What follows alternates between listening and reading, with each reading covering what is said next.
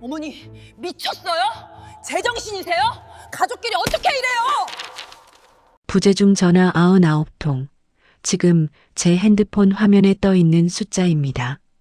진동이 멈출만 하면 다시 울리고 식탁 위를 덜덜거리며 굴러다니는 꼴이 꼭 제 속이 뒤집히는 것만 같습니다. 며느리, 며느리, 며느리. 전부 제 며느리한테서 온 전화죠. 불과 몇 시간 전까지만 해도 제가 보낸 반찬이 짜네, 싱겁네 타박하며 제 전화를 무시하던 그 아이가 이제는 제 목소리 한 번 듣겠다고 미친 듯이 매달리고 있습니다. 대체 무슨 일이 있었길래 이 난리가 났는지. 여러분 안녕하세요. 이 사연 속으로입니다. 이야기 시작 전 구독, 좋아요 눌러주시면 더 좋은 사연으로 찾아뵙겠습니다. 그럼 이 사연 속으로 들어가 보실까요? 저는 박영자입니다. 올해 67이고요. 평생 교단에서 애들 가르치다 퇴직한 나름 뼈대 있는 집안의 깐깐한 할머니입니다. 남들은 은퇴하고 우아하게 차 마시고 여행 다닐 줄 알았다는데 제 손엔 지금 분필 대신 똥 기저귀가 들려 있네요. 그리고 제 아들 진성이 참 착한 녀석이었죠. 그런데 결혼하고 나니 그저 제 마누라 입만 쳐다보는 허수아비가 됐습니다. 엄마 무릎 연골이 다 닳아 없어지는 건 안 보이고 자기 마누라 피곤해하는 것만 눈에 밟히는 전형적인 남의 집 남편입니다. 마지막으로 제 며느리 유미. 대기업 다니는 아주 똑똑하고 세련된 아이죠. 밖에서는 능력 있는 워킹맘 소리 듣는데 집에서는 시어머니를 월 50만 원짜리 입주 가사 도우미보다 못하게 부려먹는 아주 영악한 아이입니다. 사람들은 말하죠. 손주 보는 게 세상에서 제일 큰 축복이라고요. 그 귀여운 것 재롱 보고 있으면 늙는 줄도 모른다고요.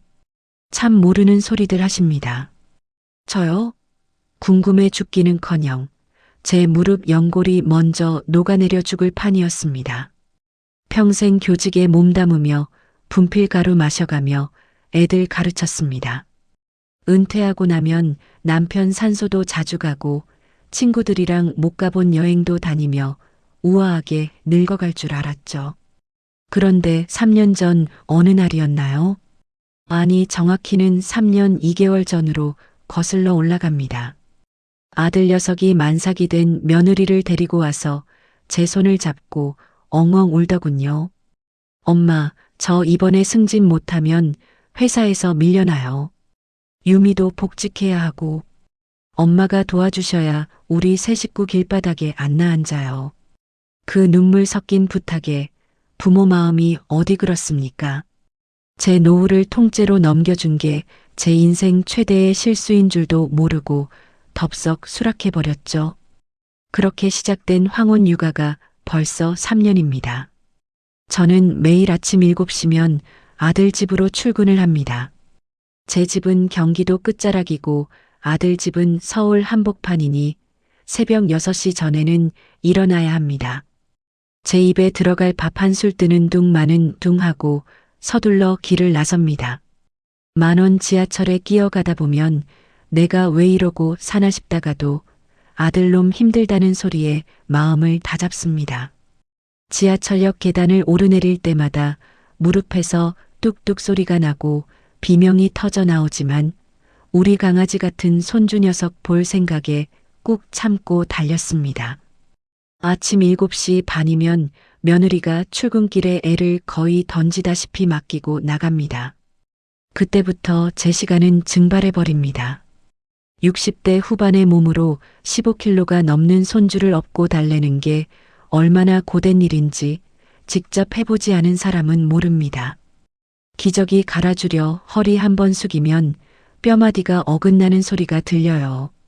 점심때가 되면 부엌은 전쟁터가 됩니다. 애는 배고프다고 울어대지 그 와중에 며느리는 문자로 지시사항을 내려보냅니다. 어머니, 애 오늘 간식은 유기농 사과 주셨죠? 설탕 들어간 건 절대 안 돼요. 사과 껍질도 아주 얇게 깎으셔야 해요. 안 그러면 애가 목에 걸려요. 제 안부는커녕 아이 상태를 감시하는 검사관의 명령서 같습니다. 저는 애 밥 먹이고 흘린 거 닦느라 정작 제 밥은 찬물에 말아서서 몇 숟가락 넘기는 게 전부입니다. 허리가 끊어질 것 같아 잠시 소파에 기대면 어느새 어린이집 갈 시간입니다. 애 옷 갈아입히고 신발 신기다 보면 땀이 비 오듯 쏟아지죠. 애를 보내고 나서 좀 쉬느냐고요? 천만의 말씀입니다. 며느리가 어질러 놓고 간 아침 식사 설거지부터 산더미 같은 빨래, 거실 바닥에 굴러다니는 장난감 정리까지 제 집보다 아들 집 살림을 더 많이 합니다. 그러다 보면 어느새 손주가 돌아올 시간이고 그때부터 다시 씻기고 놀아주고 3년 동안 제 삶은 사라졌습니다. 화장실 한번 마음 편히 못 가고 애 울음소리에 가슴이 철렁하며 산 세월입니다. 매일 아침 손목 보호대를 차고 무릎에 파스를 덕지덕지 붙이며 하루를 버텼습니다. 어느 날은 무릎이 너무 부어올라 제대로 걷지도 못하겠더군요. 아들에게 전화를 걸어 아들아, 나 오늘 병원 좀 가야겠다. 애 애미 보고 조금만 일찍 오라고 하면 안 되겠니? 라고 물었습니다. 그런데 퇴근하고 돌아온 며느리의 표정은 가관이었습니다.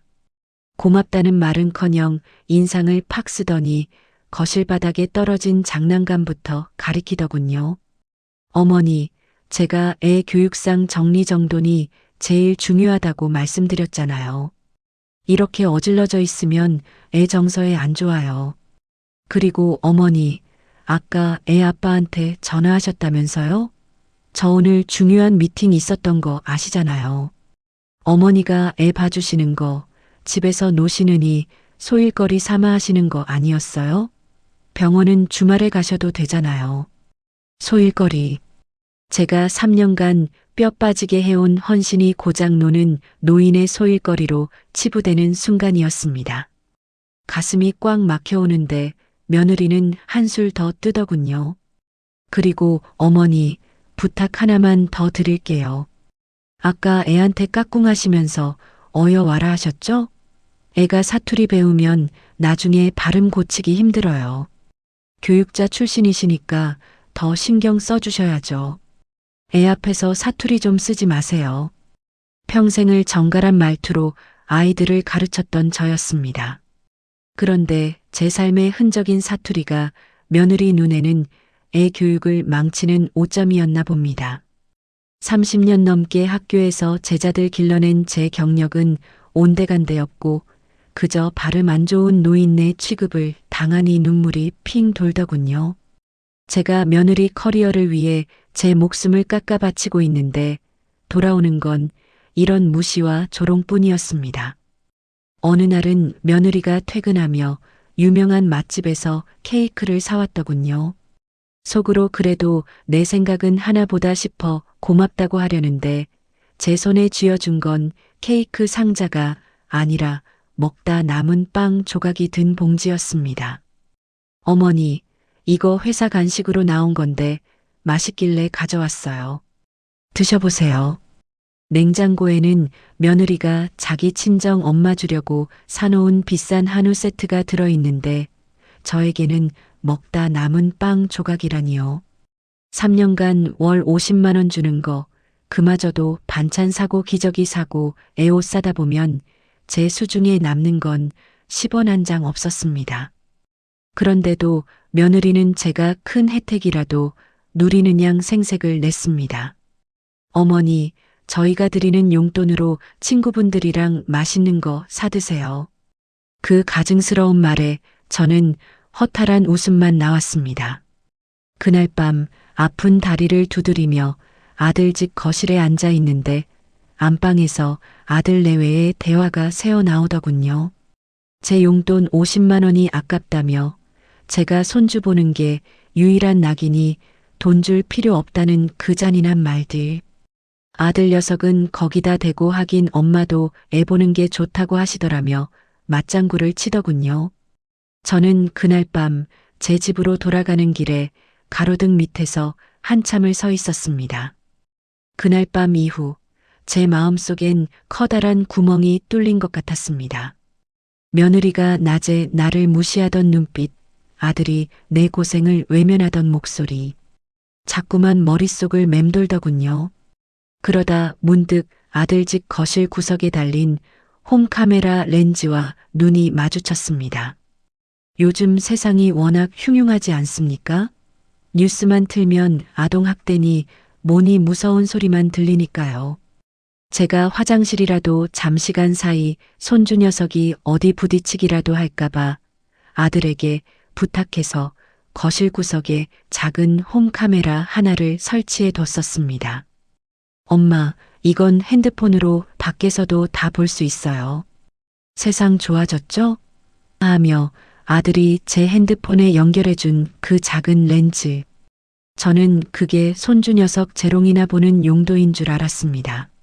하지만 그 작은 렌즈가 제 노후를 송두리째 바꿔놓을 줄은, 제 가슴에 대못을 박을 줄은 꿈에도 몰랐습니다. 그날은 유독 비가 오려는지 무릎 마디마디가 바늘로 쑤시는 것처럼 아팠습니다. 겨우겨우 애를 씻기고 며느리 퇴근하는 것만 보고 제 집으로 돌아왔는데 며느리에게서 문자가 오더군요. 어머니, 오늘 거실 청소가 좀 덜 된 것 같아요. 애 발바닥에 머리카락이 붙어 있네요. 위생 신경 좀 써주세요. 그 문자를 보는 순간 온몸의 기운이 탁 풀리며 소파에 주저앉았습니다. 내가 오늘 하루 그 아픈 다리로 어떻게 버텼는데, 고맙다는 말은커녕 머리카락 한 올에 감시받는 죄인 취급이라니. 서러운 마음에 잠이 오지 않아 뒤척이다가 무심코 핸드폰에 깔린 그 카메라 앱을 켰습니다. 아들 내외가 퇴근해서 자기들끼리 있을 시간이었죠. 혹시 애가 깨진 않았나, 잘들 지내나 싶어 화면을 들여다본 순간 저는 제 귀를 의심했습니다. 화면 속 며느리는 제가 낮에 정성껏 끓여둔 소고기 묵국을 싱크대에 사정없이 쏟아버리고 있었습니다. 아, 진짜. 어머님 음식은 왜 이렇게 기름진 거야? 애 건강 생각해서 간 좀 약하게 해달라니까 정말 말을 안 들으셔. 교육자 출신이면 뭐해? 나이 먹으면 다 고집불통 노인네인걸. 며느리의 입에서 나온 노인네라는 단어. 제 가슴에 날카로운 유리 조각이 박히는 것 같았습니다. 제가 그 국을 끓이려고 무릎을 절뚝거리며 시장에 가서 기름기 없는 부위로 달라고 정육점 사장님한테 몇 번을 부탁해서 끊어온 고기였는데 며느리는 그걸 쓰레기 취급하며 얼굴을 찌푸리고 있더군요. 옆에서 지켜보던 아들이 머뭇거리며 말했습니다. 여보, 그래도 엄마가 하루 종일 애 보느라 힘들어서 그러신 거겠지. 너무 그러지 마. 아들의 그 한마디에 내심 위로를 받으려던 찰나 며느리가 날카롭게 쏘아붙였습니다. 힘들긴 뭐가 힘들다고 그래. 요즘 애 보는 게 뭐가 어렵다고. 유모차 태워서 산책 좀 시키고 낮잠 잘 때 같이 자면 끝 아냐? 그리고 솔직히 말해서 우리 어머님 은퇴하고 할 일도 없으신데 우리가 애 안 맡겼으면 하루 종일 경로당이나 전전하셨을걸? 우리가 어머님 인생에 활력을 드리는 거야. 효도가 별거니? 이게 진짜 효도지. 활력이요? 하루 14시간 노동이 활력이라고요? 며느리는 콧노래를 부르며 와인 잔을 꺼내더군요. 여보, 이번 달부턴 어머니 용돈에서 20만 원 더 뺄 거야. 우리의 영어 유치원 상담 갔다 왔는데 교육비가 장난 아니더라고. 어머니는 돈 쓸 데도 없잖아.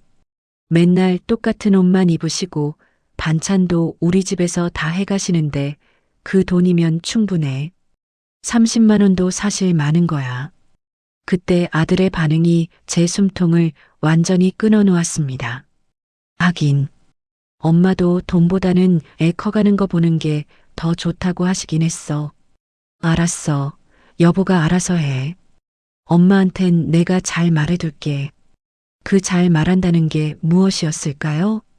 다음 날 아침 아들은 제 얼굴도 제대로 못 본 채 엄마 요즘 저희가 대출 이자 때문에 좀 힘들어서요.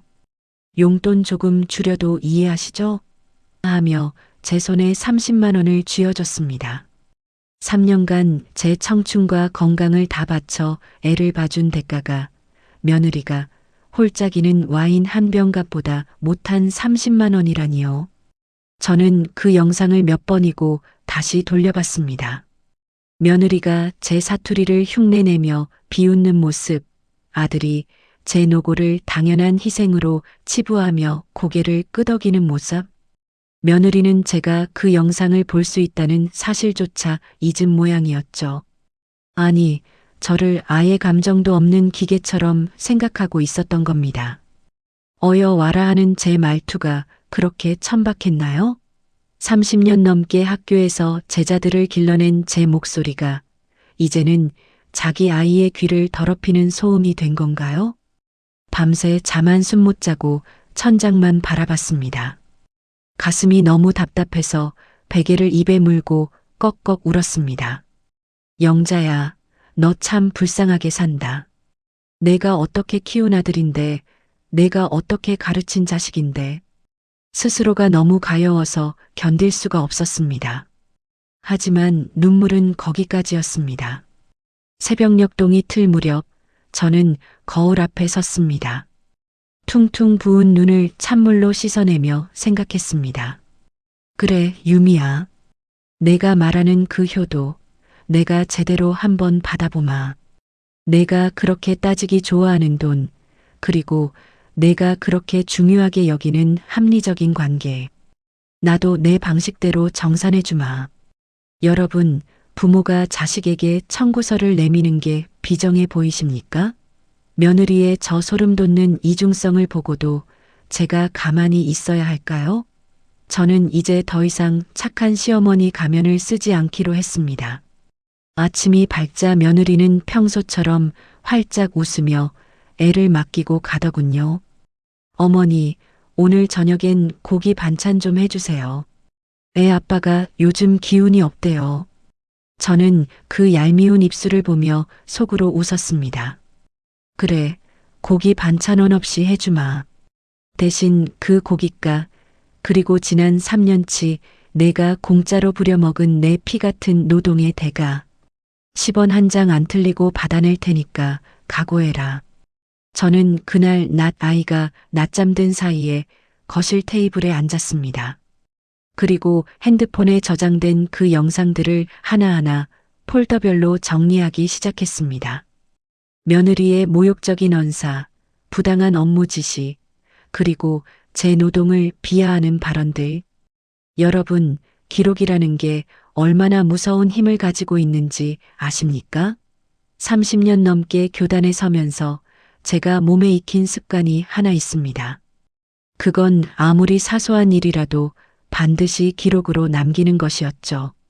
며느리는 제가 아들 집 거실 구석에서 돋보기를 쓰고 무언가를 적을 때마다 그저 할 일 없는 노인네가 손주 커가는 거나 적는 일기장인 줄 알았을 겁니다.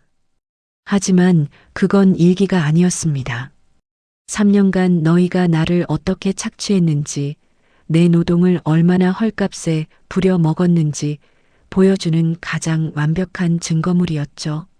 제 집으로 돌아온 저는 식탁 앞에 앉았습니다. 그리고 장롱 깊숙한 곳에서 빛바랜 공책 몇 권을 꺼냈습니다. 2021년 5월 며느리가 복직을 앞두고 제 손을 잡으며 간절하게 부탁했던 그날부터 적힌 기록들입니다. 며느리는 제가 월 50만 원, 그나마 최근엔 30만 원으로 깎인 그 돈을 받으며 대단한 혜택이라도 누리는 줄 알았겠지만 그 돈이 어떻게 쓰였는지 저는 단 1원도 빠짐없이 기록해뒀습니다. 공책 첫 장을 넘기니 그날의 기억이 선명합니다. 5월 14일 손주 녀석 처음 맡은 날. 기저귀 1팩 내 돈으로 4만 8천 원. 그 뒤로 이어지는 기록들은 가관이었습니다. 6월 3일에 애미 회식으로 밤 11시 귀가. 저녁 식비 및 야간 육아 수당 발생하지 않음. 오히려 내가 애 반찬하느라 시장비 5만 원 더 씀.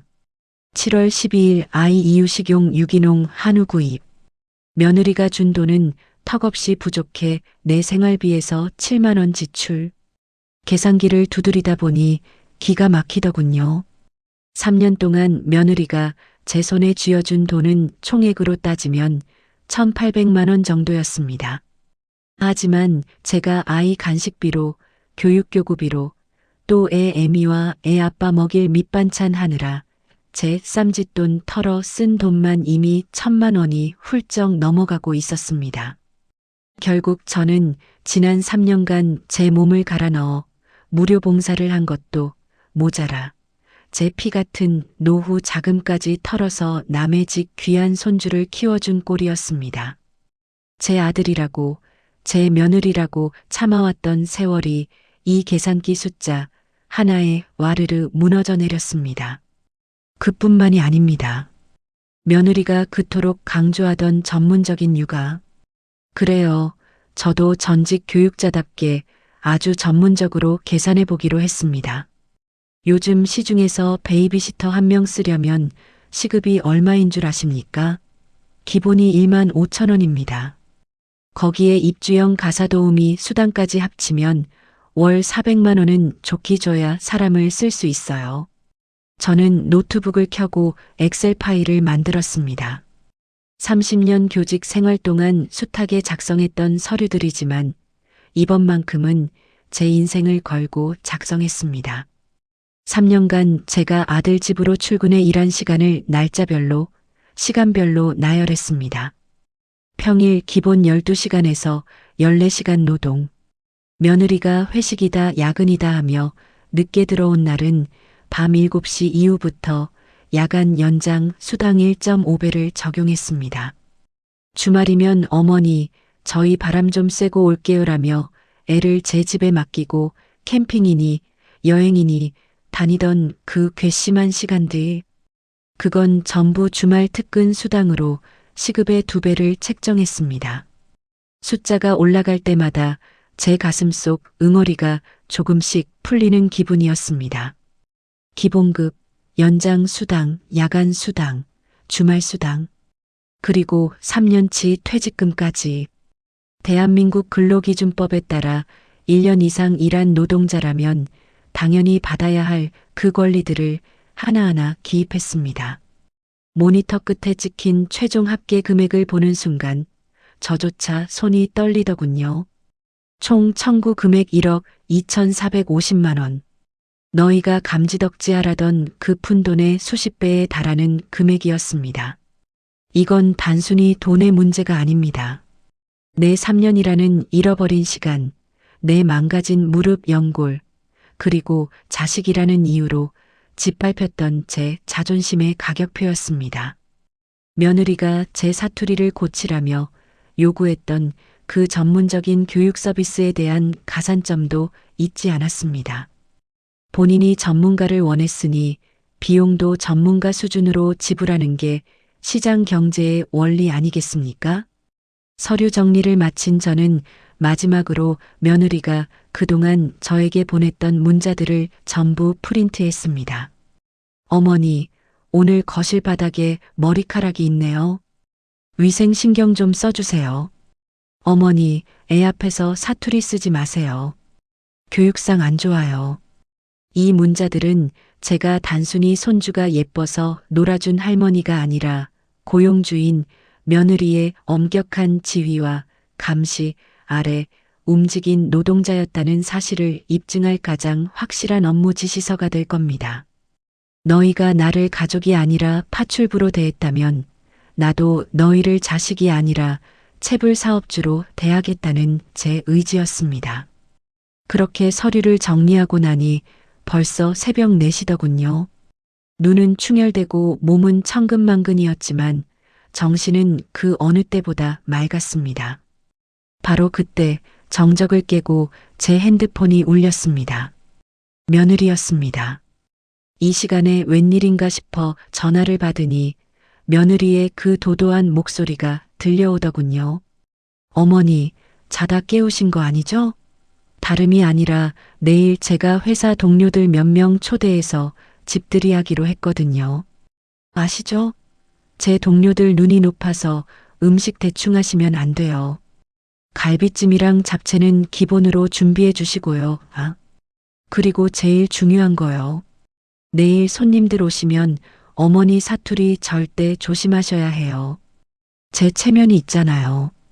그냥 조용히 주방에 계시다가 애만 좀 봐주세요. 그 목소리를 듣는데 예전 같으면 서러워서 눈물이 났을 텐데 이번엔 웃음이 나더군요.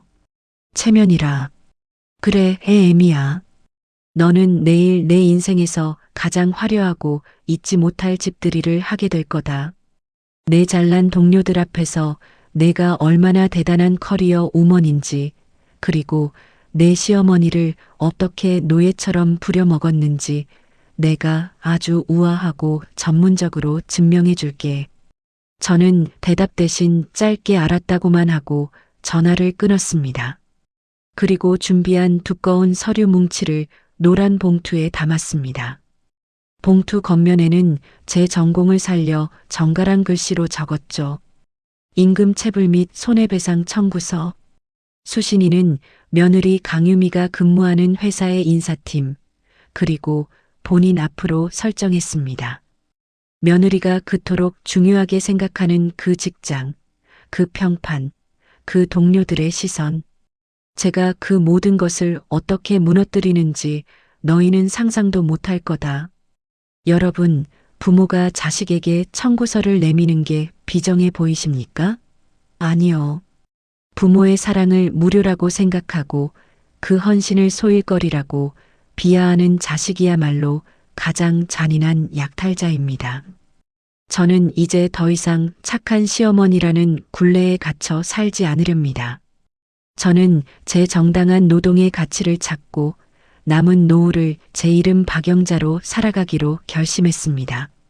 집들이 음식 준비를 하라는 며느리의 전화를 끊고 나니 새벽 4시 반이더군요.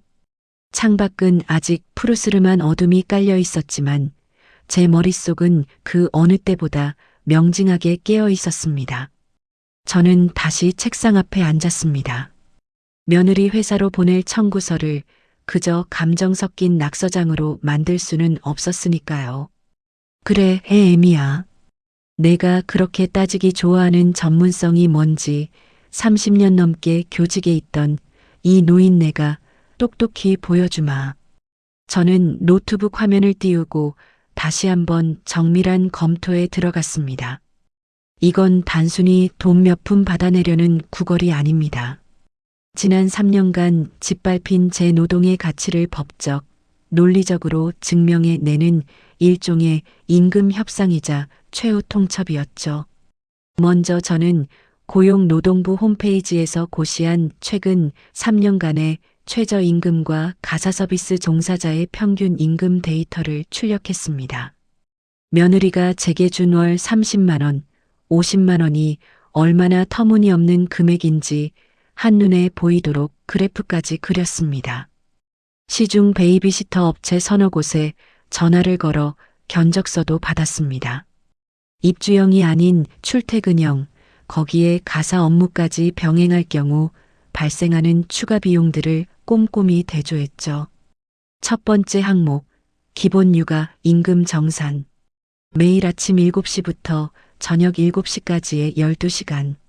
며느리는 제가 집에서 쉬엄쉬엄 애를 본다고 했지만 3살 박이 아이를 한순간도 눈 떼지 않고 돌보는 것이 얼마나 고강도 노동인지 증명하기 위해 제가 쓴 육아일지 사본을 첨부했습니다. 오전 10시 배변 유도, 오후 1시 이유식 조리 및 급식, 오후 3시 야외 산책 및 신체 활동. 꼼꼼히 적힌 제 기록들은 제가 단순한 할머니가 아니라 고용된 보육교사였음을 입증하고 있었습니다. 두 번째 항목, 연장 및 야간 근로 수당. 며느리는 일주일에 평균 3번은 야근이나 회식을 핑계로 밤 10시가 넘어 들어왔습니다. 저는 그 시간들을 빨간 펜으로 일일이 표시했습니다. 저녁 7시 이후는 통상 임금의 50%를 가산하는 야간 수당을 적용했습니다. 또한 며느리가 주말에 캠핑을 가거나 부부 동반 모임을 갈 때 제 집에 애를 맡기고 갔던 시간들은 휴일 근로 수당으로 200%를 책정했습니다. 세 번째 항목, 가사 노동 대행료. 며느리는 퇴근해서 손가락 하나 까딱하지 않았습니다. 거실 청소, 빨래, 아들놈의 밑반찬까지 전부 제 몫이었죠. 저는 이것을 육아와 분리된 전문 가사 서비스로 분류했습니다. 며느리가 제게 보낸 문자 내용도 증거로 넣었습니다. 어머니, 냉장고에 반찬이 없네요. 갈비찜 좀 해주세요.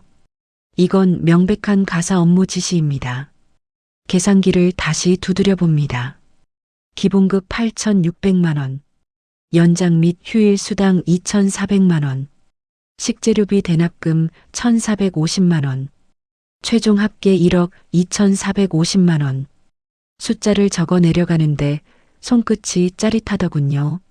며느리가 자기 옷 한 벌에 100만 원씩 쓰고 아들놈이 골프 치러 다닐 때 저는 무릎 파스값 아끼려고 한 장을 반으로 잘라붙였습니다. 그 억울했던 세월이 이 숫자에 녹아 있었습니다. 여기에 저는 아주 결정적인 서류 한 장을 더 추가했습니다.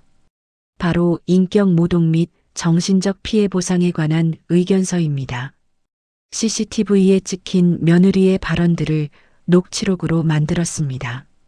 노인네가 할 일 없어서 우리가 활력을 주는 거다. 돈 줄 필요 없다. 사투리 쓰지 마라. 유미야, 내가 내 말투를 비웃고 내 존재를 무시한 대가가 얼마나 비싼지 이제 알게 될 거야. 전문가의 자존심을 건드린 비용치고는 꽤 저렴하게 책정했단다. 저는 이 모든 내용을 깔끔한 문서로 정리해 제보냈습니다. 그리고 며느리의 회사 주소와 인사팀 담당자의 이름을 적었습니다.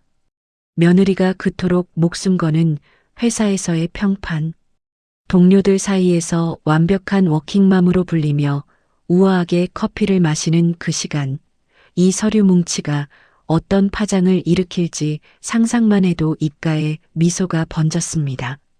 서류 준비를 마치고 시계를 보니 아침 6시입니다. 이제 곧 아들 집으로 출근할 시간이죠. 평소 같으면 부랴부랴 짐을 챙겨 나갔겠지만 오늘은 달랐습니다. 저는 아주 천천히 가장 아끼던 깨끗한 정장을 꺼내 입었습니다. 교직에 있을 때 시상식이나 중요한 회의 때만 입던 옷이었죠. 거울 속의 제 모습은 더 이상 기저귀 냄새 나는 할머니가 아니었습니다. 누군가의 당당한 노동력을 제공하고 그 대가를 요구하는 한 명의 전문직 여성이 서 있었습니다. 저는 노란 봉투를 가방에 깊숙이 넣었습니다. 그리고 며느리에게 문자를 보냈습니다. 유미야, 오늘 집들이 준비 걱정 마라. 내가 아주 특별한 선물을 준비했으니까 조금 있다 회사에서 보자.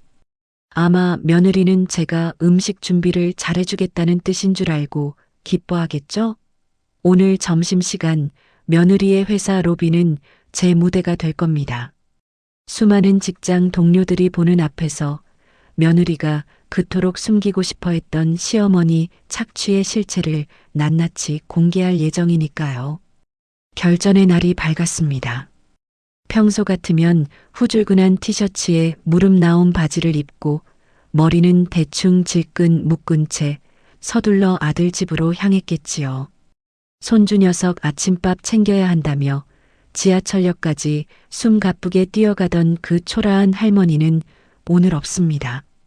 저는 오늘 아침 아주 오랜만에 화장대 앞에 앉았습니다. 서랍 깊숙이 넣어두었던 분을 바르고 입술엔 연하게 생기를 돋우는 루즈도 칠했습니다. 며느리가 제 사투리를 비웃으며 무시했던 그 노인네가 아니라 30년 넘게 교단을 지키며 수백 명의 제자를 길러냈던 위엄 있는 교육자 박영자로 돌아가는 의식이었죠. 장롱 깊숙이 보관했던 남색 정장을 꺼내 입었습니다. 어깨 각이 꼿꼿하게 살아있는 이 옷은 제가 퇴임식 때 입었던 옷입니다. 거울 속에 비친 제 모습은 3년 전보다 부쩍 늙어 있었지만 눈빛만큼은 그 어느 때보다 날카롭게 빛나고 있었습니다.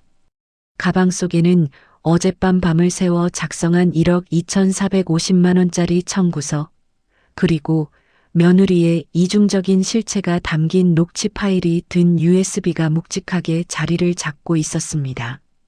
유미야, 오늘 내가 그토록 목숨 걸고 지키려던 그 체면이라는 게 얼마나 가벼운 종이장인지 내가 직접 확인시켜 주마. 전문가의 자존심을 건드린 대가가 무엇인지 똑똑히 보여줄게. 오전 11시.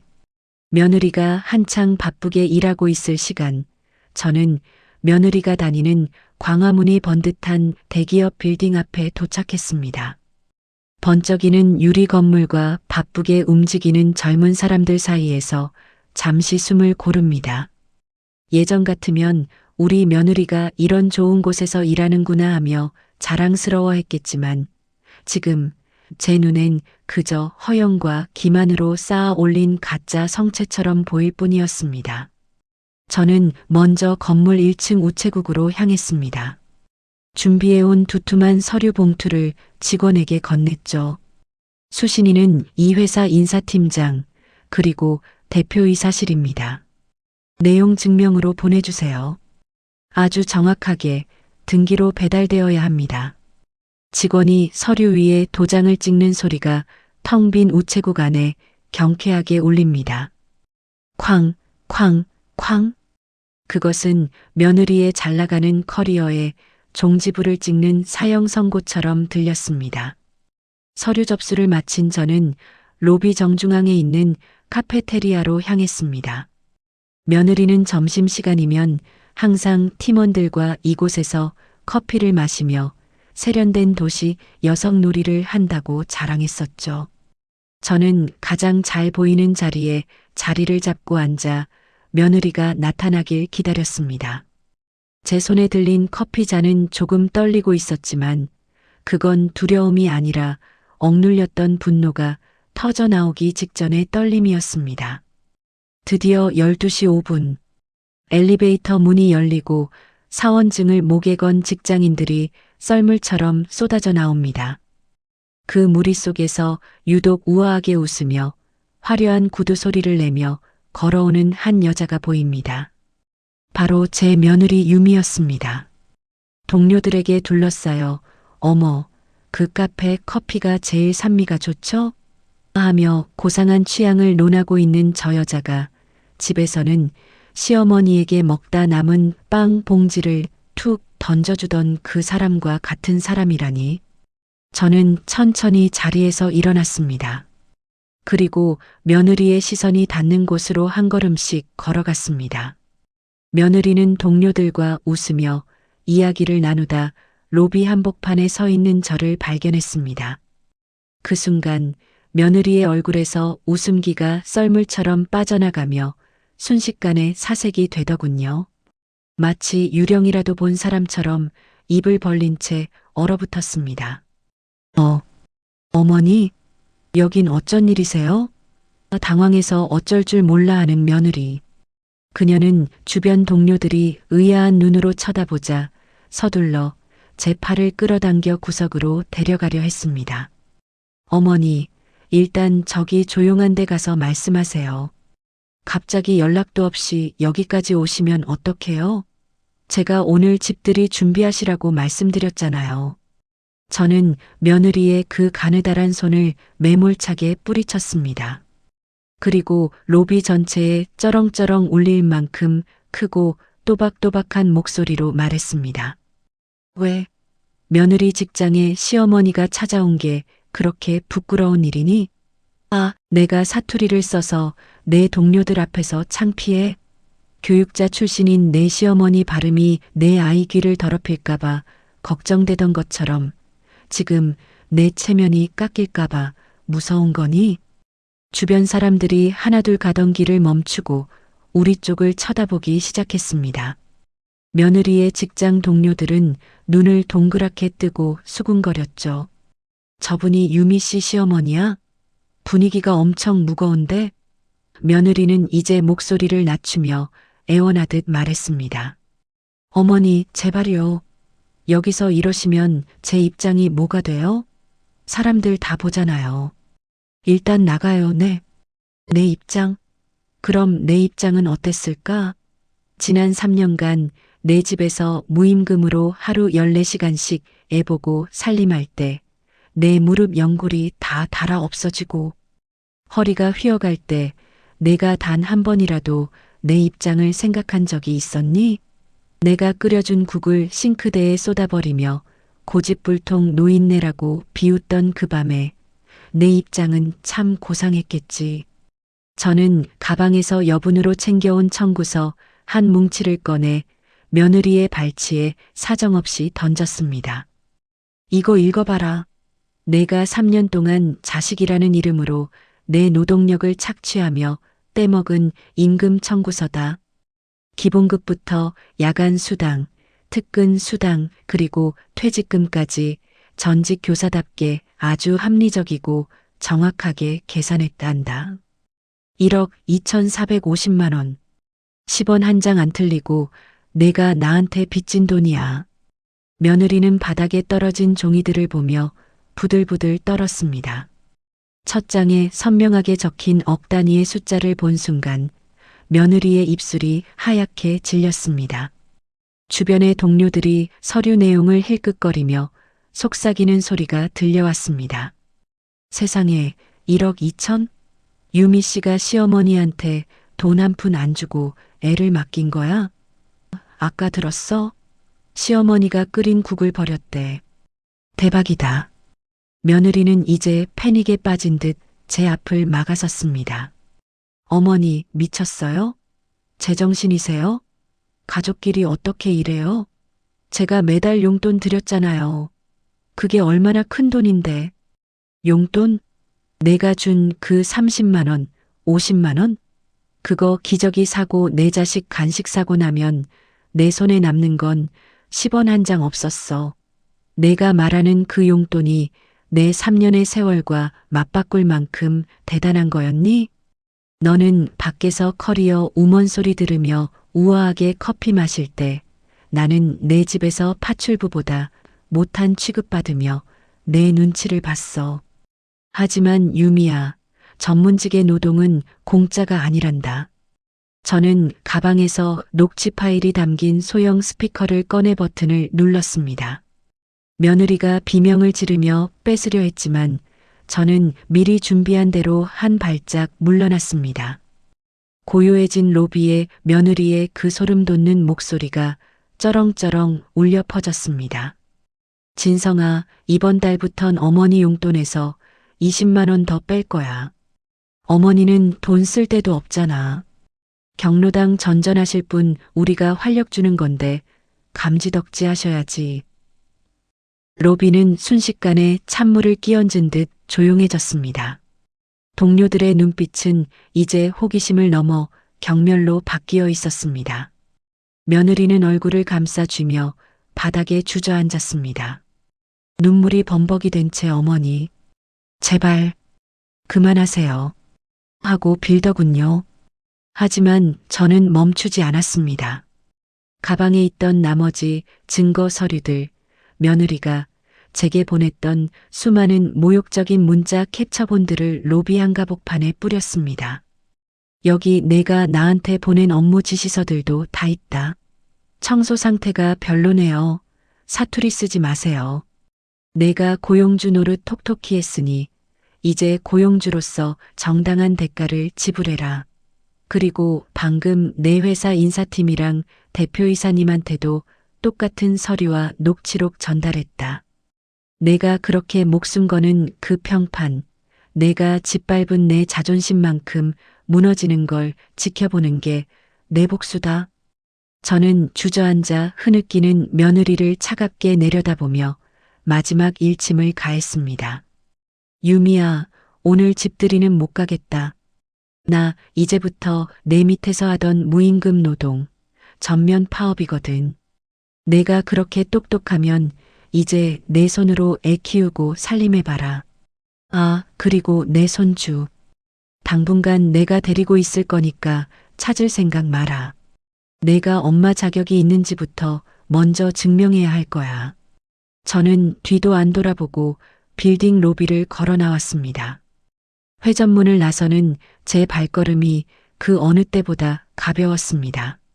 3년 동안 제 어깨를 누르던 그 묵직한 돌덩이가 순식간에 사라진 기분이었습니다. 빌딩 숲 사이로 쏟아지는 눈부신 햇살을 받으며 저는 오랜만에 가슴 깊이 숨을 들이켰습니다. 회사를 나오자마자 제 핸드폰이 미친 듯이 울리기 시작하더군요. 며느리의 부재중 전화 한 통, 두 통, 어느덧 99통을 향해 달려가고 있었습니다. 그리고 곧이어 사태를 파악한 아들놈의 전화까지 빗발쳤습니다. 저는 그 핸드폰 전원을 아주 천천히 그리고 단호하게 꺼버렸습니다. 이제부터 시작이야. 너희가 나를 무시한 대가가 얼마나 쓰디쓴지 뼈저리게 느끼게 해주마. 박영자의 인생은 이제부터 진짜 시작이니까. 저는 광화문 한복판에서 소리내어 크게 웃었습니다. 지나가는 사람들이 미친 노인네 보듯 쳐다봤지만 상관없었습니다. 67세 박영자, 저는 오늘에서야 자식이라는 족쇄를 풀고 다시 태어났습니다. 광화문 한복판에서 며느리의 잘난 체면을 박살내고 돌아오는 길, 서울 하늘이 그렇게 파랗고 높은 줄 예전엔 미처 몰랐습니다. 가방 속에 든 핸드폰은 아까부터 쉴 새 없이 진동을 울려대며 제 허벅지를 때리고 있었죠. 전원을 꺼버리기 직전 슬쩍 본 화면엔 아들, 며느리, 아들, 며느리. 번갈아가며 찍히는 이름들이 마치 살려달라는 비명처럼 보였습니다. 저는 그 길로 아들 집이 아닌 미리 예약해둔 도심의 한 고급 호텔로 향했습니다. 며느리가 제게 주던 그 푼돈 같은 용돈, 아니 제가 내 돈 들여 손주 키우느라 못 썼던 제 피 같은 연금을 오늘 처음으로 나만을 위해 써보기로 한 겁니다. 체크인을 하고 호텔방으로 들어와 푹신한 침대에 몸을 던졌습니다. 3년 만에 처음 느껴보는 정적이더군요. 늘 제 귀를 때리던 아이의 울음소리도 어머니, 이것 좀 하세요라며 쏘아붙이던 며느리의 날카로운 목소리도 없는 완벽한 평화였습니다. 저는 그제야 핸드폰 전원을 켰습니다. 전원을 켜자마자 문자 메시지와 카톡이 폭포수처럼 쏟아졌습니다. 부재중 전화는 어느덧 99통을 넘겨 더 이상 숫자가 올라가지도 않더군요. 먼저 아들 녀석의 메시지를 확인했습니다. 엄마, 대체 어디 계세요? 유미 지금 회사에서 난리 났어요.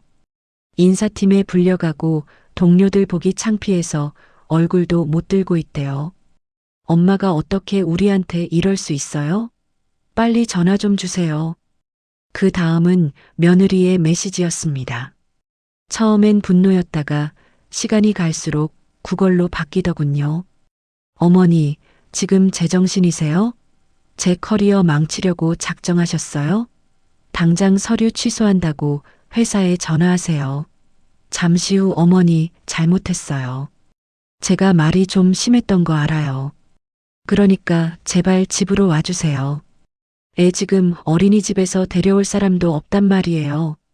비웃음이 나왔습니다.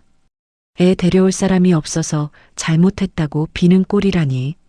그 아이에게 저는 시어머니가 아니라 그저 자기들의 안락한 삶을 유지해주는 무료 부품이었을 뿐이라는 게 다시 한번 증명된 셈이죠. 그 시각 아들 집은 아마 지옥이었을 겁니다. 저는 상상할 수 있습니다. 퇴근 시간은 다가오는데 애를 데려올 할머니는 증발했고 며느리는 회사에서 시어머니 착취녀로 낙인 찍혀 고개를 숙인 채 도망치듯 퇴근했겠죠. 집에 돌아온 아들 부부가 마주했을 풍경은 처참했을 겁니다. 냉장고에는 제가 미리 다 비워버린 텅 빈 반찬통들만 굴러다니고 늘 깨끗하던 거실은 아이가 던져놓은 장난감과 며느리가 어질러 놓은 옷가지들로 엉망이 되었겠지요. 아들은 배고프다고 우는 아이를 달래지도 못한 채 제게 전화를 걸고 며느리는 화장이 다 지워진 얼굴로 거실 바닥에 주저앉아 있을 겁니다. 밤 9시가 넘자 아들에게서 다시 전화가 왔습니다. 이번엔 받았습니다. 스피커폰 너머로 들려오는 아들의 목소리는 거의 울먹이고 있었습니다. 엄마, 제발이요. 애가 지금 계속 울어요. 밥도 안 먹고 엄마만 찾아요. 유미는 지금 충격받아서 방에서 나오지도 않고요. 엄마가 이러시면 우리 진짜 죽어요. 대체 원하는 게 뭐예요? 돈이에요? 돈 드릴게요. 1억이든 뭐든 어떻게든 해볼 테니까 제발 와서 애 좀 봐주세요. 저는 아주 차갑고 차분하게 대답했습니다. 돈? 아들아, 내가 너한테 돈을 요구한 건 내가 나를 노동자로 대했기 때문이란다. 내 마누라가 나를 노인네라고 부르며 내 노동을 비웃을 때 너는 옆에서 뭐라고 했니? 내가 애 보는 게 낙이라고? 내가 갈 곳 없어서 너희 집에 활력을 찾으러 온다고? 엄마, 그건 아들아, 착각하지 마라. 나는 갈 곳이 없어서 내 집에 간 게 아니야. 내가 내 아들이라서 내가 무너지는 걸 볼 수 없어서 내 남은 생을 바쳤던 거야. 그런데 너희는 내 사랑을 공짜 권리로 여겼지. 이제 그 권리는 끝났다. 1억 2천만 원? 그건 내 마누라가 회사에서 버틴다면 차차 갚아나가야 할 빚이고 당장 오늘 밤부터 내 자식은 내가 직접 키워라. 그게 부모의 책임이니까. 엄마, 우리 내일 당장 출근해야 해요. 유미는 회사에서 징계위원회 열릴지도 모른다고요. 징계? 좋네. 그동안 바빠서 애 못 봤다며? 이번 기회에 사표 쓰고 집에서 애나 보라고 해라. 내가 3년간 했던 그 쉬운 소일거리, 내 마누라도 직접 해봐야지 않겠니? 전화를 뚝 끊어버렸습니다. 아들의 절규가 들려왔지만 제 마음은 한치의 흔들림도 없었습니다. 다음 날 아침 저는 호텔 조식을 여유롭게 즐겼습니다. 3년 만에 처음으로 누구의 방해도 받지 않고 따뜻한 커피를 마셨습니다. 창밖으로 바쁘게 출근하는 사람들을 내려다보며 저는 어젯밤에 미리 작성해둔 문자를 아들 부부의 단톡방에 올렸습니다. 너희가 떼먹은 내 임금은 법무법인을 통해 정식으로 청구 절차를 밟을 거다. 그리고 아들 집 도어락 번호 바꿨더구나? 상관없다. 나도 내 집 비밀번호 바꿨고 당분간 친구들이랑 여행 다닐 거니까 나 찾을 생각 마라. 며느리야, 내가 그렇게 싫어하던 내 사투리. 이제 내 귀에 들릴 일 없을 테니 마음 편히 살렴. 저는 그 문자를 마지막으로 핸드폰 번호를 아예 바꿔버렸습니다. 그리고 며칠 뒤 저는 오랫동안 연락이 끊겼던 고향 친구들과 함께 제주도로 떠나는 비행기에 몸을 실었습니다. 공항 로비에서 거울을 보니 며칠 사이에 얼굴색이 몰라보게 좋아졌더군요. 무릎 통증도 이상하게 가신 기분이었습니다. 역시 마음의 병이 몸을 갉아먹고 있었던 모양입니다. 제가 제주도 푸른 바다를 보며 따뜻한 차 한 잔의 여유를 즐기고 있을 때 서울의 그 집은 아마 아수라장이었을 겁니다. 사람들은 흔히 가족끼리 너무하다고 말하지만 저는 반대로 묻고 싶습니다. 가족이라서 더 잔인했던 건 그들이 아니었냐고 말이죠. 며느리가 그토록 목숨 걸었던 회사 생활부터 금이 가기 시작했습니다. 제가 보낸 내용 증명과 녹취록은 단순한 종이 조각이 아니었습니다. 요즘 기업들이 가장 무서워하는 게 뭔지 아십니까? 바로 윤리 경영과 이미지입니다. 며느리가 다니는 회사는 겉으로는 워킹맘을 배려하고 가족 친화적인 기업이라 광고하던 곳이었죠. 그런데 그 회사의 팀장이라는 여자가 시어머니의 노동력을 착취하고 정서적으로 학대했다는 사실이 알려졌으니 회사가 가만히 있을 리 있겠습니까? 인사팀에서는 곧바로 며느리를 대기 발령 조치했습니다. 동료들의 눈초리는 화살보다 날카로웠을 겁니다. 며느리가 커피 한 잔 마시러 탕비실에만 가도 사람들은 입을 가리고 수군거렸겠죠. 저 여자가 그 여자래. 시어머니가 끓인 국 싱크대에 붓고 노인네라고 비웃었다는 팀장. 며느리가 평생 쌓아온 능력 있는 여성이라는 가면이 한순간에 폐륜 며느리라는 낙인으로 바뀐 겁니다. 진정한 지옥은 퇴근 후 집에서 시작되었습니다. 그동안 제가 도맡아 했던 모든 일들이 거대한 파도가 되어 그들을 덮쳤습니다. 아이는 어린이집에서 돌아오면 늘 있던 할머니가 없자 자지러지게 울어댔습니다. 아들은 퇴근해서 우는 아이를 달래랴, 기저귀 갈랴, 저녁밥 차리랴, 정신이 나갈 지경이었겠죠. 한 번은 아들에게서 문자가 왔더군요. 사진 한 장과 함께요. 싱크대에 산더미처럼 쌓인 설거지 거리와 거실 바닥에 쏟아진 아이의 장난감들. 그리고 초췌해진 아들의 얼굴. 엄마, 저 진짜 죽을 것 같아요. 유미는 매일 방에서 울기만 하고 저는 오늘 회사도 못 갔어요. 애가 아픈데 병원 데려갈 사람도 없어서 연차 썼어요. 엄마, 제발. 우리가 잘못했어요.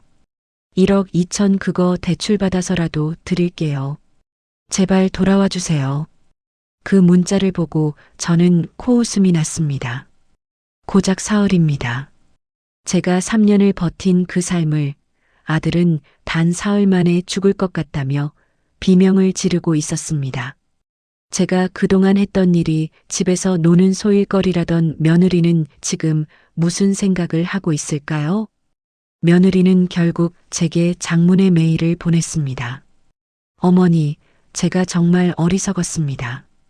어머니가 해주시던 밥, 깨끗하게 정리된 거실, 아이의 밝은 모습, 그게 당연한 게 아니었다는 걸 이제야 알았습니다. 회사에서도 징계 위기가 왔고 저 정말 인생 끝날 것 같아요. 어머니가 서류 취소 안 해주시면 저 자살할지도 몰라요. 제발 살려주세요. 살려달라니요. 제가 며느리의 커리어를 위해 제 수명을 깎아 바칠 때 그 아이는 저를 살려두고 있었나요? 저는 며느리의 메일에 짧게 답장을 보냈습니다. 유미야, 인생이 끝나는 게 아니라 이제야 현실을 마주하는 거란다. 내가 누려온 그 평온함은 내 희생이라는 재물 위에 세워진 성체였어. 이제 그 성체가 무너졌으니 너도 내 발로 땅을 딛고 살아보렴. 그리고 자살 운운하며 협박하지 마라. 그럴 용기 있으면 당장 앞치마 메고 내 자식 국이나 끓여라. 저는 여기서 멈추지 않았습니다. 법률 대리인을 통해 정식으로 민사소송을 제기했습니다. 3년치의 미지급 임금과 부당이득 반환 청구 소송. 아들이 돈 주겠다고 말은 했지만 저는 자식의 선심을 바라는 게 아닙니다. 법적으로 정당하게 판결문을 받아내고 싶었습니다. 부모와 자식 사이에 무슨 소송이냐며 혀를 차는 사람들도 있겠지만 저는 이 과정을 통해 우리 사회에 말하고 싶었습니다. 부모의 사랑은 무한할지 몰라도 부모의 노동은 결코 무한하지 않으며 그것을 당연하게 착취하는 행위는 명백한 범죄라는 것을요. 아들 부부는 결국 살던 집을 내놓았습니다. 1억이 넘는 돈을 당장 마련할 길이 없었으니까요. 며느리는 회사에서 권고사직 압박을 견디지 못하고 사표를 냈습니다. 사회적 명성을 그토록 소중히 여기던 아이가 결국 자기 손으로 그 명성을 내려놓게 된 겁니다. 그들이 겪는 고통이 너무 심한 거 아니냐고요? 아니요. 이건 제가 겪은 3년의 10분의 1도 안 되는 고통입니다. 저는 3년 동안 매일 밤 제 집으로 돌아와 퉁퉁 부은 다리를 찬물에 식히며 울었습니다. 그 눈물 자국이 제 가슴에 흉터로 남았는데 고작 며칠 힘들다고 용서를 빌다니요. 저는 제주도에서 올라와 제 집의 모든 가구를 새로 바꿨습니다. 아들 부부의 흔적이 남은 물건들은 하나도 남기지 않고 다 버렸죠. 그리고 거실 가장 잘 보이는 곳에 제가 받은 소송 승소 판결문을 액자에 넣어 걸어두었습니다. 그것은 제 인생 제2막의 출발을 알리는 훈장이었습니다. 드디어 제 인생의 마지막 챕터에 도달했습니다. 1억 2,450만 원. 법원의 판결을 거쳐 제 통장에 찍힌 그 숫자를 보며 저는 처음으로 소리내어 울었습니다. 서러워서 우는 눈물이 아니었습니다. 평생 누군가의 아내로, 누군가의 엄마로, 그리고 누군가의 할머니로 지워져 살았던 박영자라는 이름석 자를 비로소 되찾은 기쁨의 눈물이었습니다. 그 돈으로 저는 가장 먼저 무엇을 했을까요? 세계 여행? 명품 가방? 아니요. 저는 제가 평생 꿈꿔왔던 작은 공간을 마련했습니다. 시장 골목 근처의 낡은 상가 건물 2층을 빌려 영자의 교실이라는 간판을 달았습니다. 은퇴하고 손주 보느라 썩혀두었던 제 30년 교직 경력을 다시 꺼내기로 한 겁니다. 하지만 이번엔 국어, 영어를 가르치는 게 아닙니다. 저처럼 자식 뒷바라지에 평생을 바치다 자기 이름을 잃어버린 동년배 할머니들, 할아버지들에게 자기 인생 사는 법을 가르치는 사랑방을 만든 것이죠. 여러분, 손주 예쁘죠? 하지만 그 손주 때문에 내 인생 무릎 연골 다 나가는 건 예쁜 게 아닙니다. 오늘부터 우리 자식 전화 한 통에 가슴 철렁하지 않는 법부터 배워봅시다. 제 첫 강의 주제였습니다. 소문을 듣고 찾아온 노인들로 교실은 금세 꽉 찼습니다. 다들 제 이야기를 들으며 눈시울을 붉히기도 하고 제 복수국 이야기를 들으며 손뼉을 치며 통쾌해했습니다. 저는 그분들과 함께 그림도 그리고 못 배운 컴퓨터도 배우며 진짜 활력이 무엇인지 몸소 체험하고 있습니다. 며느리가 말했던 경로당 전전하는 노인이 아니라 자기 삶을 주도적으로 개척하는 신세대 시니어로 거듭난 것이죠. 그 사이 아들 부부는 어떻게 되었냐고요? 큰 집을 팔고 작은 빌라로 이사한 아들 내외는 이제야 사람 사는 것처럼 살고 있습니다. 며느리는 재취업 준비를 하며 평일엔 집 근처 보육시설에 아이를 맡깁니다. 저녁엔 직접 장을 봐서 국을 끓이고 주말엔 아들이 직접 아이를 업고 공원에 나갑니다. 어느 날 아들이 손주를 데리고 제 교실 앞에 찾아온 적이 있었습니다. 엄마, 유미가 끓인 국이에요. 엄마가 해주셨던 것만큼은 아니지만 그래도 사죄하는 마음으로 끓였대요. 한 번만 드셔주시면 안 될까요? 저는 문을 열어주지 않았습니다.